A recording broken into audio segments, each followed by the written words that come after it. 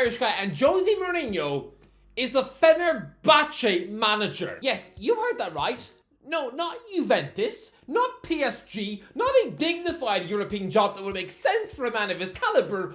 Oh no, it's Fenerbahce. Is this a joke? Because to me, this is just horrible to look at. For the football world to have turned its back on Jose completely, forcing him to now accept jobs in the Turkish graveyard, that scares me, it really does. When I heard that Mourinho was going Turkish, I was praying that all that meant was that he was just doing some weird little TikTok interview with that bearded monster off AFTV. I mean, he recently did a video with Jeremy Lynch. Does he not realise that man is internet version of Voldemort? Ozzy, the staff at Wembley probably still refer to him as he who must not be named. Look, Mourinho is a grown man who makes his own decisions, but to me, the very thought of him managing in Turkish football, I feel offended for him. This is so beneath him. This is about as ridiculous as Amir Khan choosing to fight KSI. Sorry, Amir Khan, former world champion boxer. He's now being offered a contract to scrap someone who became famous by playing FIFA in his underpants. This is how I feel about Jose even being offered this gig. Do you realize how disrespectful it is for this football team to even give Mourinho a call? Do you know who you're talking to?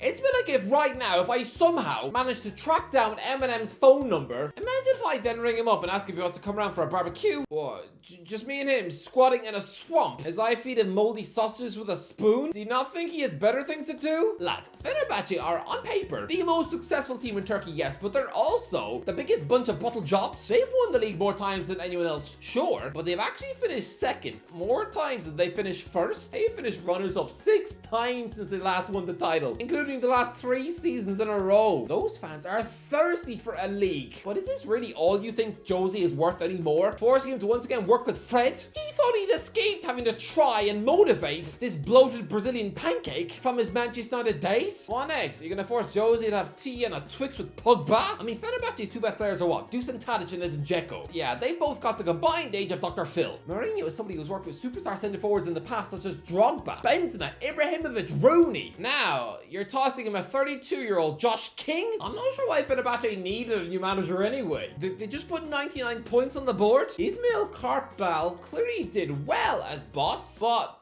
he's gone.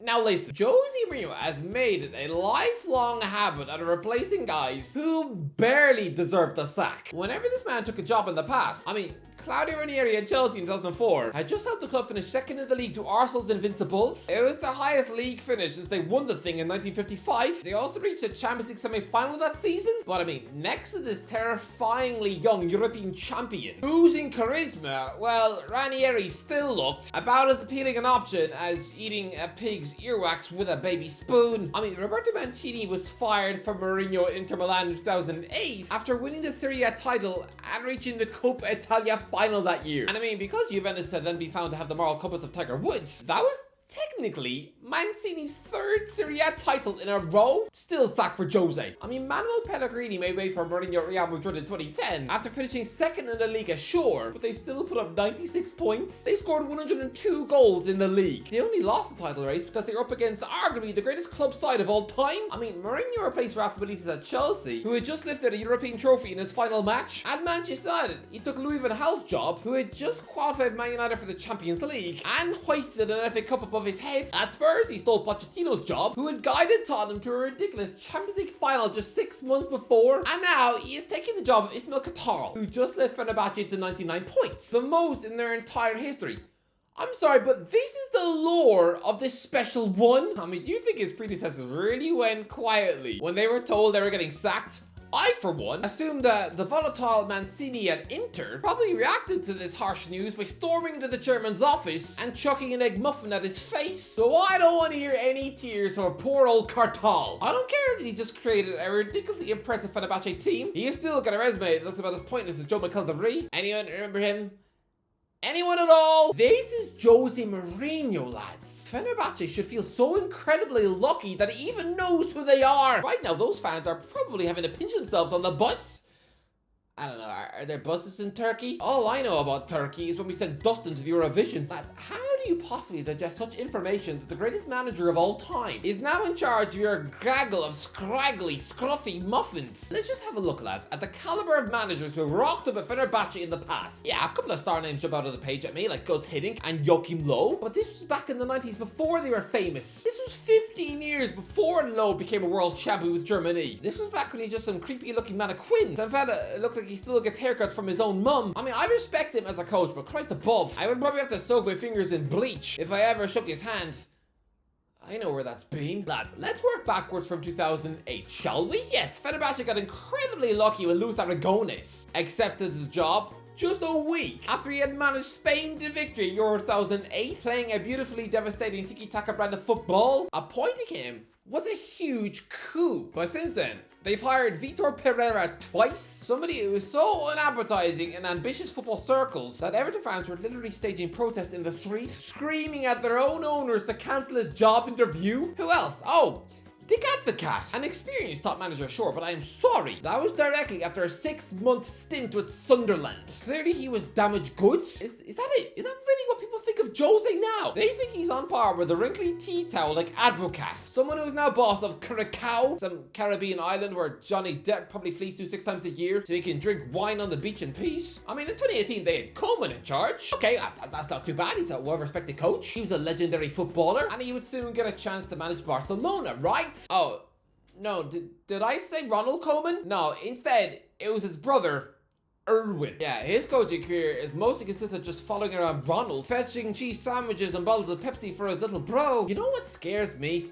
Is we're looking at Fenerbahce managers wind up. I might try and convince myself that this is a stepping stone for Jose. He knows what he's doing. Win the treble in Turkey, squeak Fenerbahce into a Champions League quarter-final, or win the Europa League, and he'll be back at a major top club soon, right? Now, when has that ever happened with Fener managers? Zico was one of the greatest footballers of all time. Someone with a monster profile in the sport. He took the Fenerbahce job in 2006 after coaching Japan at an actual World Cup. He created this samba-looking Fenerbahce side, chucked to the brim with flair Brazilians like Roberto Carlos and Alex. This is a club who had never even crawled out of a Champions League group in their history. And yet here he was in April 2008, masterminding a first leg win over Chelsea in an actual quarter-final. Yeah, what's happened to his budding, exciting managerial career since? Nothing. He's since coached in Qatar, India, and is now just some technical advisor for Kashima Antlers in Japan, where he probably only gets paid in bags of Maltesers. Back in 2008, that man was openly saying he wanted the Newcastle United job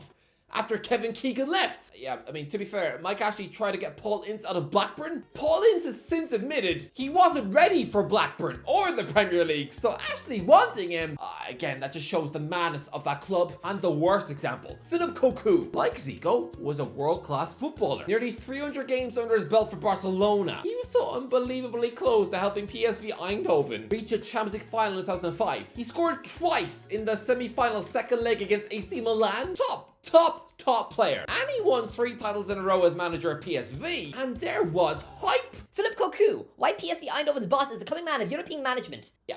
He then goes to Fenerbahce and what came his way after that? Getting sacked at Derby County and then Vitesse Arnhem, and was most recently seen begging for a job at Hibernian. This is someone who was once tipped to be a future Barca boss. Now here he was pretending that it was a lifelong dream to manage a nearly 40-year-old Aidan McGeady. No, this has been his life after clearly having his managerial potential poisoned in Turkey. There is no happy ending for managers who get the Fenerbahce job. Mourinho should only be accepting to sit on a manager's chair that has recently been home to some fellow top coaches. He should be sitting on a throne that has seen some dignified leaders before him. Come on, he was at Old Trafford just 3 years after Sir Alex Ferguson. In his second spell at Chelsea, he was arriving just 3 years after Carlo Ancelotti. Someone who now has 5 Champions Leagues as manager, but now he's occupying a seat that was recently sat in by Emre Belözoğlu. You know, that chunky little goblin who, honestly, from everything I've read about the man, he sounds like someone who'd probably make James Corden look like a likable Santa Claus. Mourinho is following in the footsteps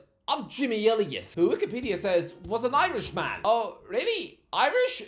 How? Because he was born in Peterborough, joined Tottenham in 1912, never played for Ireland, so Have I just been clickbaited by Wikipedia? Are they trying to trick me into thinking that an Irish bloke ever managed Fenerbahce? Lads, do they know who this man is? It is Jose Mourinho, 3-time Premier League winner, twice a Champions League winner. I mean, what other Fenerbahce manager ever does punditry for a Champions League final on mainstream television? Jose is box office. Erden Turcic just lost the Champions League final.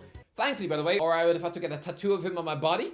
But he lost the final, right? In his post-match interview, he was nearly in tears because Jose had acknowledged him on the pitch and gave him a hug. I don't think he'd have been crying if he got a squeeze off Philip Cocu. I mean, lads, Jose was one of the rare successful managers at Real Madrid, and yet he's been given a stuffy job in the Turkish Super League. It is so unfair. This is a former Real Madrid manager, and yet you're just giving him the Leo bin Hacker treatment. A Dutchman who was Real Madrid boss in 1992, and has since turned into a mental journeyman, living out of a suitcase across the globe just a little over 10 years. After occupying the biggest job in club football, here he was being the manager of Trinidad and Tobago, where he probably spent his 1 year in the job just constantly begging Dwight York to stay out of nightclubs. I mean, does Mourinho look like Bean Hacker to you? Someone who went on to coach in Switzerland and Mexico? No! So why are you treating him like one? Lads, people like to tell me that Mourinho is washed. No, I refuse that. Go back to 2021, and Real Madrid were desperate for a new manager. Zidane had quit again, and they were all out of options, so they were just looking to the past. Either choose Mourinho or Ancelotti. The club approached them both. The only reason Ancelotti wound up back at the Bernabeu is because Jose is a man of his word. Real had contacted him in May 2021, but he'd already agreed to join Roma at the start of the month. He wasn't suddenly going to ditch his Roma project after just 2 weeks, just because the biggest club in the world wanted him back. But you know what? He should have done. As soon as he heard of interest from Real, he should have torn up his Roma deal and went back to Spain. I mean, why not? Marcelo Bielsa quit Lazio after just 2 days as manager. Yeah, Mourinho didn't want the hassle, forcing Real to just pry Ancelotti out of Everton, who, by the way, everybody thought was finished as well, even more so than Jose. I mean, in the winter of 2019, Mourinho got the Tottenham job. Ancelotti was given Everton. Only one of those clubs was in the Champions League. I mean, Carlo's final game as Everton boss was losing 5-0 to Pep Guardiola. Surely that was proof alone that Ancelotti was now some moldy old dinosaur who could no longer keep up with modern football, right? That was the spin. No, he since won 2 more Champions Leagues, 2 more La Ligas, a Copa del Rey, a UEFA Super Cup, and FIFA Club World Cup. Are you telling me Mourinho couldn't have achieved all that as well? I mean, if Jose had this Real Madrid squad, it would be mouth-watering. Jude Bellingham is everything he hoped Dele Alli was supposed to be. I don't think he'd have had Jude in his office pleading with him to concentrate. It is purely bad timing that the Mourinho did not end up back at the Bernabeu. If things were a little different, Ancelotti could be the one being unveiled in Turkey now, whilst Jose lifts the 4th Champions League of his career and meets with Mbappe this week. I mean, come on, be realistic. Where do you think Ancelotti was going to go after Everton? The fact he was even willing to step foot in Everton's office after losing his job at Napoli, even he thought his career was on the downward slide. He'd accepted that. Just like Mourinho has been forced to accept that now, which is sad. I mean, Ancelotti had just been overlooked for the vacant Arsenal job in 2019. Come on, even Real bosses must be concerned that they were hiring a pass at Ancelotti when he wanted to add Duncan Ferguson to his coaching staff. Seeing Duncan Ferguson at Real Madrid would be like seeing Pie Face feeding strawberries to Theresa May in the bath. It's just strange to watch. Look at the challenge that he is facing, because Galatasaray are freaks. They just put 102 points on the board. They went on an 18-game winning streak after Christmas. They finished above Manchester United in their Champions League group. It is a talented bunch of sizzling ballers, arguably the greatest Turkish side of all time. I mean, 102 points. Well, lads, Mourinho is somebody who conquered Arsenal's Invincibles and Pep Guardiola's Barcelona, 2 of the greatest and most formidable teams in European football history. But never has he been tasked with trying to finish above a team who just recorded 100 plus points. So this is big. This is really, really big. This is a massive challenge, but he's going to do it. He is absolutely going to win the Super League. And you know what? I considered tipping Mourinho to win a European trophy like the Conference League or Europa League. But you know what? Why not a Champions League semi-final appearance? Why not? I know It sounds lunacy. It's never been done before by our Turkish side. And you might think it's crazy, but why not? Why can't a surprise package bulldoze their way into the final four? I mean, over the last, 20 years? PSV, Porto, Monaco, Villarreal, Deportivo La Coruña, Lyon, Schalke are just some teams who have been in a Champions League semi-final in recent years. Malaga came within minutes of doing that in 2013. Why can't Jose do that too? Why not? Anyway, that's the video. Let me know, what do you think? Are you as horrified as me? Let me know in the comments section below. If you enjoyed the video, don't forget to give a like, share, and subscribe. And as always, I'll talk to you in a while.